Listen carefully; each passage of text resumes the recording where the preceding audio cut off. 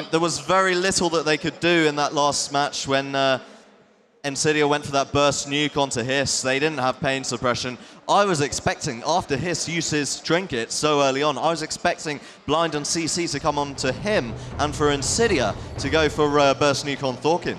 We'll have to see if they can change the plan, but I don't think Against All Authority from France are going to feel too kind of beaten by that last map. I think it was ridiculously close, could have gone either way, but eventually Ensidia got the win, and they did it very, very nicely indeed. And we are going to go into Ruins of Lordaeron for map 2, a chance for Against All Authority to tie it up and bring it all even as the gates open. We are going to be following Hiss. Let's switch over to Phoenix, who goes very offensive, and Phoenix pulls out Calamis, the opposing rogue, and that is a dangerous thing for Calamis now. He darts across middle. You can now see Hiss is chasing him. He wants to get onto the back of Calamis. He really knows that if he can get the opener now, and Calamis is being kept into combat, he is sprinting, spamming those fan of knives, and wow, Hiss hasn't been able to get Calamis. He is being very, very elusive. Finally, he was slowed there by a frost bolt. That got dispelled, and now he's most likely going to be able to re-stealth. But Hiss knows where he is. Hiss gets the opener. This is dangerous again for the team of Ensidia. They didn't have the best opener last time.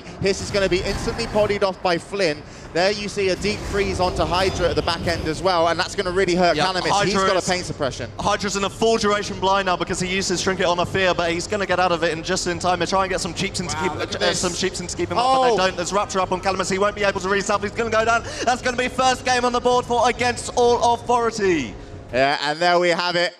Against All Authority win round 2, and that was absolutely crazy. Calamis tried his hardest to get back into self to get away, but Hiss, I almost felt that he was just going to pop out and throw just to keep him in combat, vanish, sprint, and then try and get onto him. But I do believe he actually used sprint earlier. I don't know.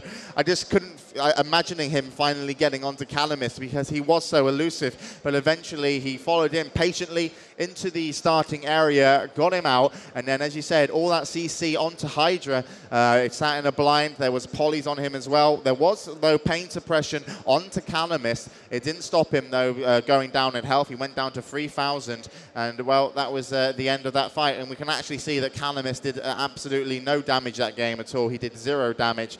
So Fan of Knives weren't even hitting anything in that matchup. But still, when Hydra was forced to come in range because of Calamis' positioning, because of the place that he got knocked out of stealth in. And due to the fact that he had to get in range, that opened him up for fears. That also opened him up for blinds. He wasn't able to heal at max distance, which he probably wanted to do in that situation to be most comfortable. Yep.